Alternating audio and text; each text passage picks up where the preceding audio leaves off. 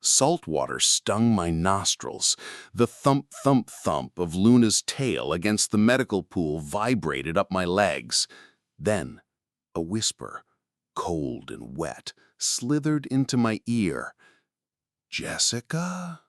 Play?" But I was alone in the echoing rehab center. Why did it sound like my dead sister? My name's Jessica Reed, marine biologist, widowed. My whole world is the gray, wind-scoured harbor of Port Moray. After my sister Sarah drowned here last year, Luna was my salvation, a bottlenose dolphin calf orphaned in the same storm surge. Saving her felt like redemption. We bonded instantly. Her intelligent eyes seemed to understand my grief. I moved her to the private sea pen near my boathouse, away from the main rescue center's noise. But lately, things feel off. The harbor's too quiet. Luna's clicks sometimes echo with a strange metallic resonance under the water. And the smell, like brine mixed with something older, something decaying. It clings to the dock pilings. Is it just my grief playing tricks? Or is Port Moray hiding something beneath its waves? The first undeniable whisper came at 3 a.m. I jolted awake, heart hammering against my ribs. Not from a nightmare, but from a sound outside. The high-pitched, childlike giggle, impossibly close, drifting through my open window from the direction of Luna's pen. The air tasted thick with salt and an underlying tang of rust. I crept to the window, the worn floorboards groaning like old bones under my bare feet. Moonlight painted the harbor silver, glinting on the still black water of Luna's enclosure. She wasn't breaching. She wasn't moving at all. Just floating, dorsal fin barely breaking the surface, facing my window. As I watched, frozen, a soft, wet voice seemed to coalesce from the lapping waves. "Jessica, come swim." It mimicked Sarah's voice perfectly. My blood turned to ice. That's when Luna's head slowly turned, her dark eye fixing directly on mine in the moonlight. I tried to rationalize it. Stress, sleep deprivation, grief manifesting audibly.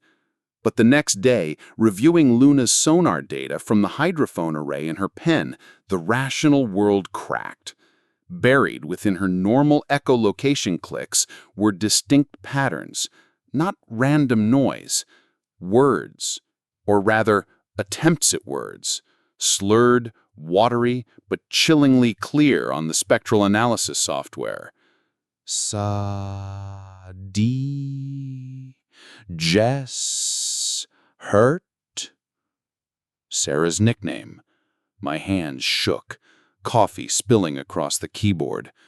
Later, checking the underwater camera feed, Luna was obsessively nudging a dark, ragged shape caught on the pen's netting. Zooming in, my breath hitched. It wasn't seaweed. It was a torn fragment of faded yellow fabric, identical to Sarah's favorite swimsuit. I scrambled back from the screen as Luna suddenly turned, her bottlenose pressing against the camera lens, filling the monitor with distorted gray flesh and an unblinking, intelligent eye. The unease spread beyond my boathouse. Old Man Henderson's prized terrier vanished from the end of his dock. Fishermen muttered about nets shredded from the inside, filled not with fish, but with masses of rotting crabs, their shells impossibly cracked. Then came the first body.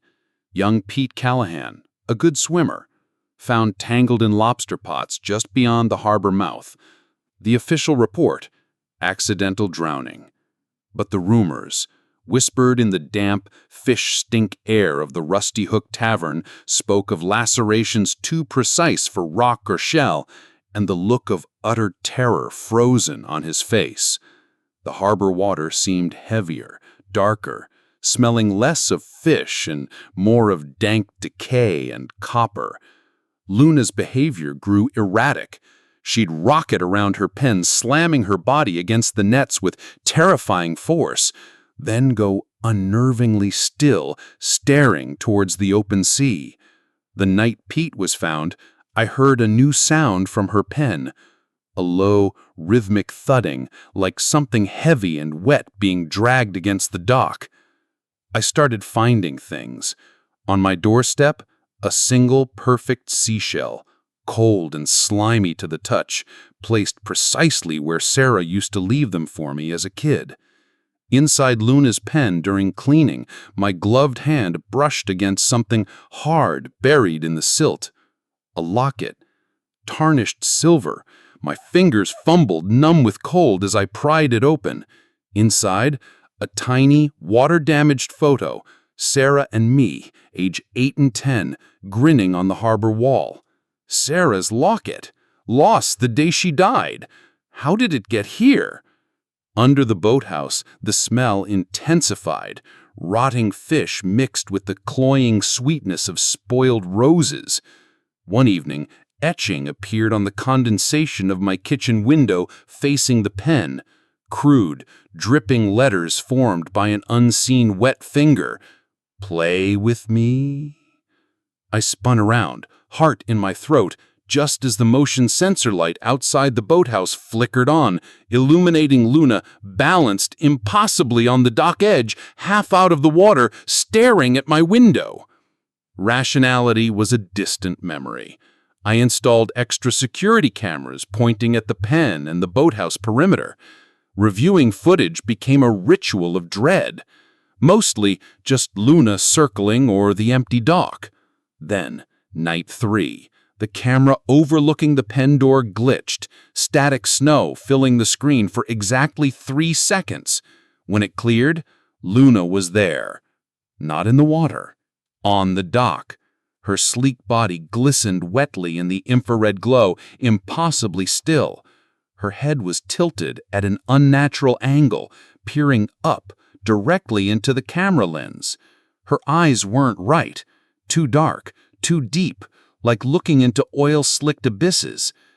And the shape behind her, for a fraction of a second, superimposed over the dark water, I saw a wavering, translucent figure, small, dripping, hair swirling like dark seaweed.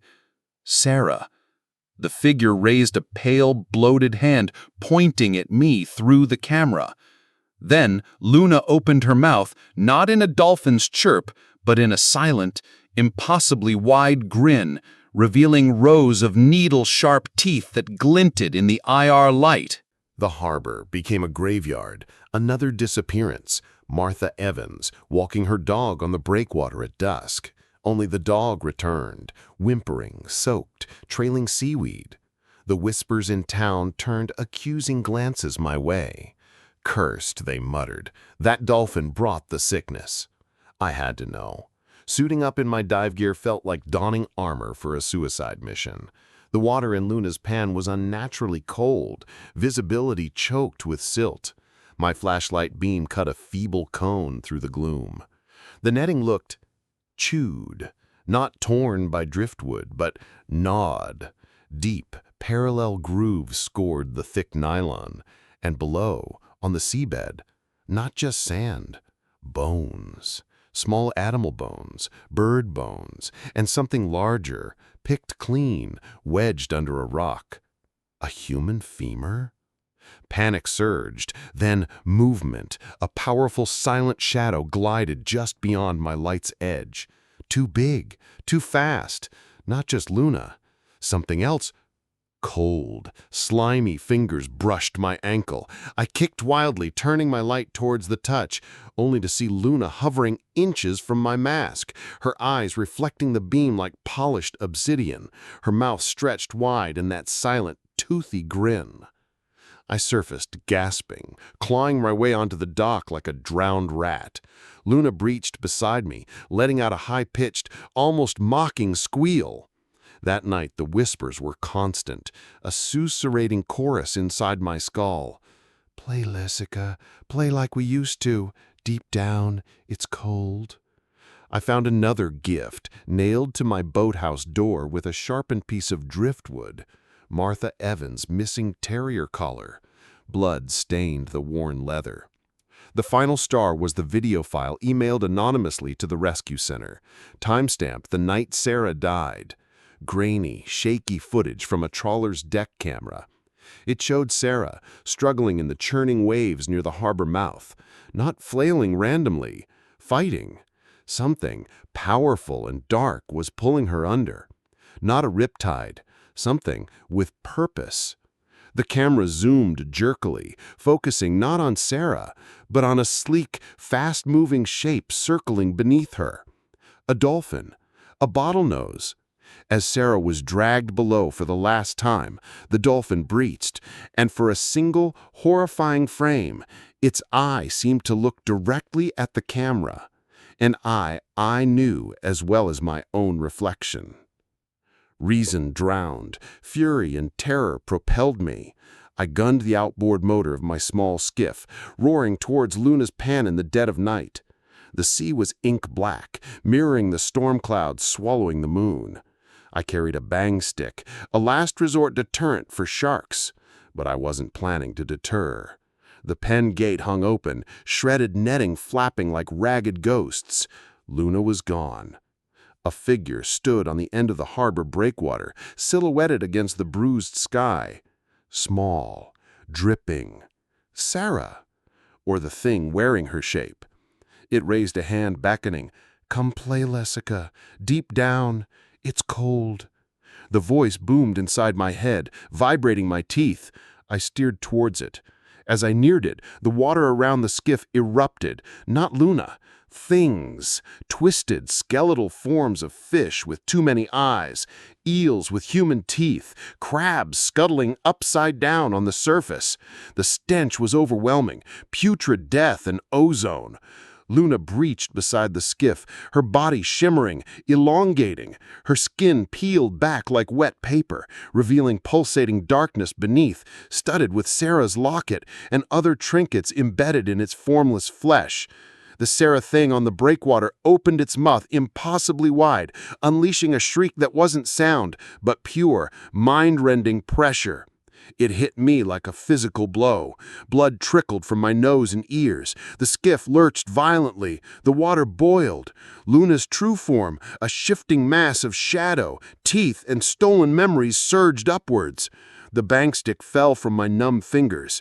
Its maw, a vortex of darkness lined with Sarah's stolen smile, opened beneath me, and the cold, deep water rushed in. The police report stated I drowned in the storm, a tragic accident like my sister. They found my skiff dashed on the rocks, my bang stick unused. They found the security tapes from the boathouse, corrupted except for one, clear sequence. Me, sleepwalking, walking straight into Luna's pen the night before my disappearance. They found my open laptop, displaying the final frame of the trawler footage, the dolphin's eye. The chief held up the evidence bag containing the locket recovered from the pen. "Strange thing," he muttered to the medical examiner, pointing to the tiny photo inside. "That's Jessica Reed on the left, right? But who's the little blonde girl with her? Looks like that dolphin victim. What was her name? Sarah?" The ME frowned, peering closer. "Victim? No, Chief. Sarah Reed's death certificate, it lists her as the owner of the boat that sank 12 years ago. Jessica was the only survivor pulled from the water that night, clutching a dead dolphin calf."